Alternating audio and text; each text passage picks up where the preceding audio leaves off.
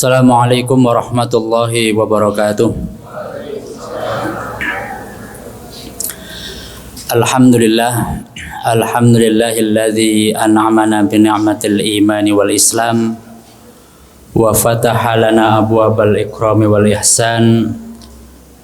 Nahmaduhu subhanahu wa ta'ala wa nashkuruh. Wassalatu wassalamu ala ashrafil anbiya'i wal mursalin wa ala alihi wa ashabihi wa man tabi'ahu bi ihsanin ila yaumiddin. Asyhadu an la ilaha illallah wa asyhadu anna Muhammadan abduhu wa rasuluhu la nabiyya ba'dah. Jamaah salat tarawih yang dirahmati Allah, seringkali kita berdoa kepada Allah dengan doa Rabbana taqabbal minna salatana wa siyamana wa qiyamana wa ruku'ana wa takhasyu'ana wa tadarru'ana wa tammim taqsirana ya Allah ya Rabbal Alamin. Rabbana taqabbal minna, ya Allah terimalah dari kami salatana, salat kami, siyamana, puasa kami, qiyamana, bangun malam kami, ruku'ana, rukuk kami, wa takhasyu'ana, dan kekhusyuan kami. Doa ini menunjukkan bahwa tidak semua amalan yang kita kerjakan itu diterima oleh Allah Subhanahu wa ta'ala. Kita tidak tahu puasa di hari apa yang diterima oleh Allah. Kita tidak tahu sholat yang mana yang diterima oleh Allah. Maka kita sebagai orang yang beriman berusaha semaksimal mungkin agar sholat kita, puasa kita lakukan sebaik mungkin agar Allah Subhanahu wa ta'ala menerima segala amal perbuatan kita. Makanya ketika ada orang yang meninggal, doa kita semoga Allah menerima segala amal perbuatannya di sisinya. Maka amalan yang diterima oleh Allah Subhanahu wa ta'ala itu yang bagaimana? Amal ibadah yang diterima oleh Allah Subhanahu wa ta'ala itu adalah yang ahsanu amala, amalan yang baik, sebagaimana yang disampaikan oleh Allah dalam surah Al-Mulk ayat yang kedua, alladzi khalaqal mauta wal hayata liyabluwakum ayyukum ahsanu amala.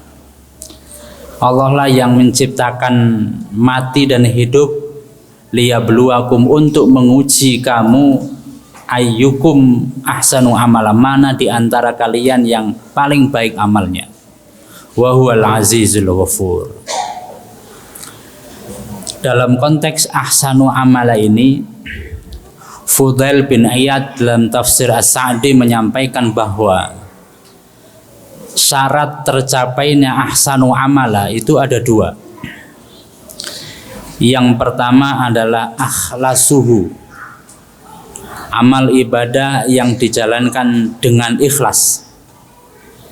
Yang kedua adalah aswabuhu, amal ibadah yang dilakukan, dijalankan sesuai dengan tuntunan syariat.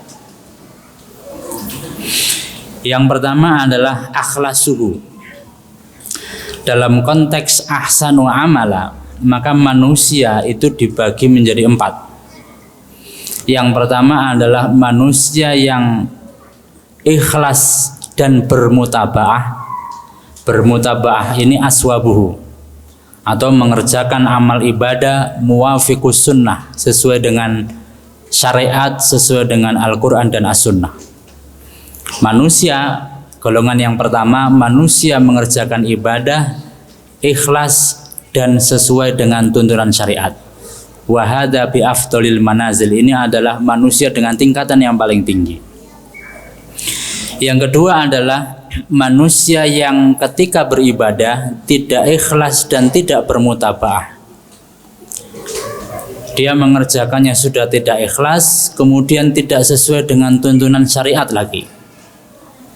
Wa hadza bi akhbathil manazil, ini adalah derajat yang paling rendah. Manusia yang tidak ikhlas dan tidak sesuai dengan tuntunan syariah dalam beribadah. Yang ketiga adalah manusia yang ikhlas dalam beribadah tetapi tidak bermutabaah. Dia ikhlas mengerjakan ibadah tetapi tuntunannya itu tidak sesuai dengan Al-Quran dan As-Sunnah. Dan manusia golongan yang ketiga ini adalah manusia yang ahmak. Ahmak itu bodoh. Kenapa? Karena dia tidak mau mempelajari Al-Quran dan As-Sunnah. Dia asal mengikuti orang lain. Dan yang keempat adalah manusia yang bermutabaah tetapi tidak ikhlas. Dia sudah sesuai dengan tuntunan syariat amal ibadahnya tetapi tidak ikhlas. Bisa jadi karena riya, bisa jadi karena sum'ah, bukan karena lillahi ta'ala. Maka orang yang seperti ini adalah orang yang merugi, orang yang maghbun, orang yang merugi. Karena amal ibadahnya sudah sesuai, hanya gara-gara karena tidak ikhlas, maka amal ibadahnya tidak diterima oleh Allah Subhanahu wa taala. Jamaah salat tarawih yang dirahmati Allah. Nah, terkait dengan ikhlas ini ada dua. Yang pertama, ikhlas dalam menjalankan ibadah, dan yang kedua adalah ikhlas menerima ketentuan dari Allah Subhanahu wa taala. Yang pertama, ikhlas menjalankan ibadah. Setan itu mengganggu manusia dari depan, dari belakang, dari samping kanan, dari samping kiri, dari atas, dari bawah. Tetapi ada yang tidak bisa diganggu oleh setan. Siapakah itu? Orang-orang yang ikhlas. Allah Subhanahu wa taala berfirman dalam surah Al-Hijr ayat 39 sampai 40. Di situ Allah berfirman, qala rabbi bima aghwaytani. Iblis mengatakan, wahai Tuhanku, karena engkau telah memutuskan bahwa aku ini sesat, la uzayyinanna lahum fil ardi, maka aku akan menjadikan perbuatan maksiat itu indah di pandangan manusia, wala uhwiyannahum ajmain, dan iblis akan menyesatkan seluruh manusia. Illa ibadaka minhumul mukhlasin, kecuali hamba-hambamu yang ikhlas, saya tidak bisa menyesatkan mereka. Dalam surah Shad ayat 82-83 juga dijelaskan bahwa qala fa bi'izzatika la ughwiyannahum ajmain. Ya Allah, dengan kemuliaanmu saya akan menyesatkan seluruh umat manusia. Illa ibadaka minhumul mukhlasin, kecuali hamba-hambamu yang ikhlas. Maka hamba-hamba yang ikhlas ini susah untuk digelincirkan. Bukan susah, tidak bisa digelincirkan oleh setan. Maka sia-sianya amal kita itu ketika kita tidak ikhlas, dan sia-sianya puasa kita itu karena ketika kita tidak menjaga lisan dan tidak menjaga pandangan. Yang kedua adalah ikhlas menerima takdir.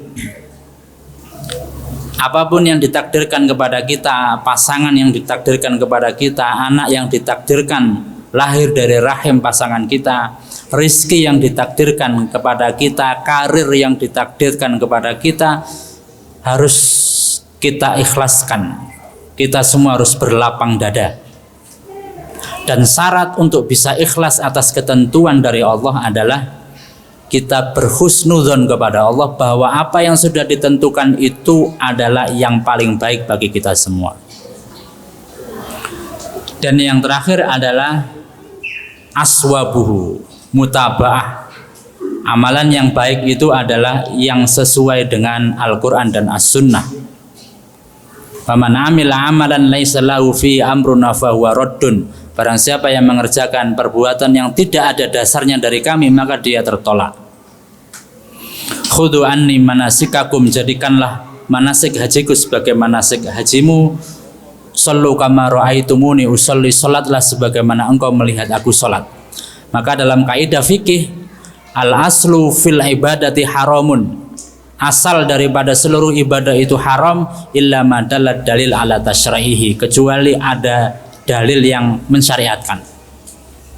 Sedangkan muamalah, al aslu fil muamalati al ibaha, seluruh muamalah itu pada dasarnya boleh, illa ma dalal dalil ala tahrimihi, kecuali ada dalil yang mengharamkan.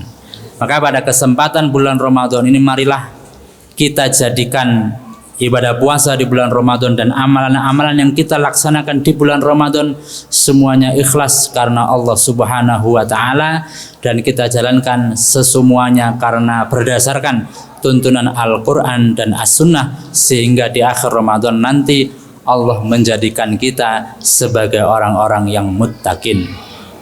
Barakallahu li wa lakum fil Qur'anil azim. Wabillahi taufiq wal hidayah. Assalamualaikum warahmatullahi wabarakatuh.